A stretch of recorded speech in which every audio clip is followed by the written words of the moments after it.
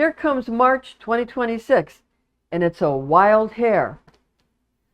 We're coming into March, which in Chinese astrology, from March 6th to April 5th, you have Rabbit month in Chinese astrology. Now, we might wonder, we're now, in horse year 2026, and it's a red fire horse year. Well, is there also an element that goes with the rabbit with each month? Well, I've got some opinions on that. I looked it up. I did a lot of research on that because I was wondering the same thing myself. And it does turn out that there are some resources, but not many. It's very hard to find. It's one of those obscure subjects. Like when I was studying in the stem and branch and root system in the Chinese system. Okay, there's some where they give you a lot of information, and you get to one part where it's not as much because it's maybe just more obscure. So this is one of those areas. Now, in some areas I came across that it would be a wood year, a wood month, because rabbit is naturally, the fixed rabbit element is wood. Like the fixed snake element is fire, but even though they have years that are earth snake and water snake, the fixed snake sign is fire. The fixed rabbit sign is wood. The fixed rabbit element for the sign of rabbit, it gets wood, okay? Because they each have fixed attributes. But as we go through from year to year and month to month, those attributes, those elements change, okay? And so some people think that this is a wood month because rabbit is naturally wood. Some people think it's a fire month because horse is fire, because we're in a fire year. I'm not exactly sure how that translates, but that's what some people said, because they probably don't know. It's speculation, of course. And then at this point, and then we have, me personally, I think it's metal. A metal month, 2026, in Fire Horse year. I think it's metal. And that's because I worked it out in such a way that I would be able to find out exactly how the fourth month fits in. Okay, the fourth month. All right. So metal, how did I arrive at that? Of course, some people think it's water, but they couldn't tell you why. They just thought it was a nice thing to talk about. And it is. It's very nice. And I'll share that with you on another video. But, all right, the way it works in, for example, in Kabbalah, when you're trying to figure out which tribe of Israel goes with which Western zodiac sign, which go all the way back to Egypt, and a lot of the Hebrew religion came from Egypt, because Moses was a prince of Egypt, and he brought the Ark of the Covenant from Egypt that belonged to Egypt once. Instead of angels on top, it used to be goddesses with the wings. Okay, so they took all that from Egypt. So understand that. All right, now, in that system, they take the 12 tribes of Israel, and there's the 12 zodiac signs, and it's sort of, they have the order that they go in, okay? But then it can be like, dominoes. It can, like, wheels within wheels, like Ezekiel's wheel, or like the Mayan calendar, wheels within bigger wheels.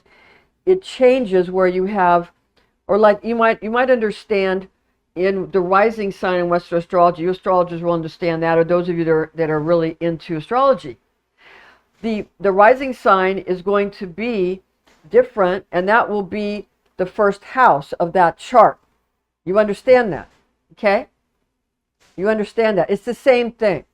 It's the same thing. So the system I thought made sense to me because I worked with that system, of course, being an astrologer, and because I studied Kabbalah and worked with those kinds of systems where you have these wheels within wheels and like columns that, where people have different opinions, and this person thinks the column should go this way or it fits this way. You understand what I'm talking about? Okay.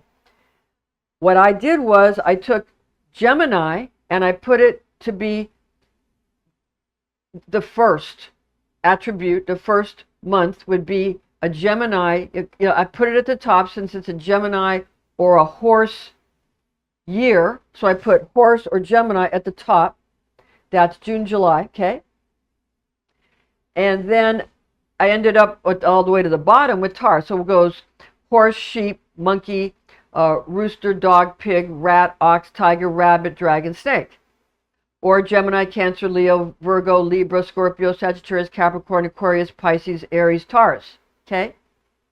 It started to look to me like when I was studying the 12 tribes of Israel and the Western zodiac signs and all the different opinions. It started to look just like that to me. And I just learned later that Kabbalah basically comes from the Chinese Feng Shui, Zodiac, I Ching system, those kind of things.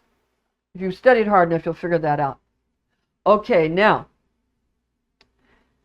when I did that, and I said, okay, I corresponded that since this is a fire horse, then I put that at the top, and I ended up with the fourth month being, the fourth month is, the rabbit month is the fourth month, and even though it's under a Virgo or a rooster permutation, it ends up being metal, because it goes fire, earth, metal, metal, earth, water, water, earth, wood, wood, earth, fire, fire, goes like that. Now you can take other attributes, whether you're taking the attribute of the specific year, fire, or whether you're taking the attribute of the specific animal.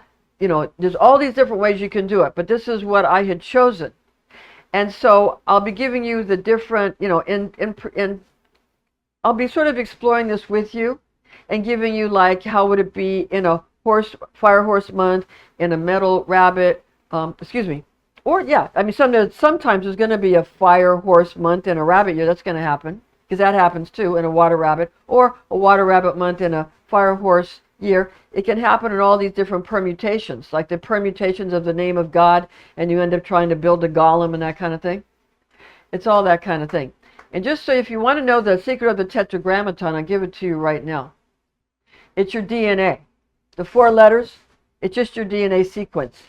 And whatever your DNA is, that would be your name of God. The way the four constituents of your DNA, that and the way and the order in which they express themselves, that would be your name of God. Because the name of God has permutation just like DNA does. So that's what it is. It's your personal DNA. And Hashem, what does that refer to? It's Shem, Noah's son Shem, who was not the oldest son. Japheth was the oldest son. And they made him the youngest son in the movie Noah, but he was actually the oldest son.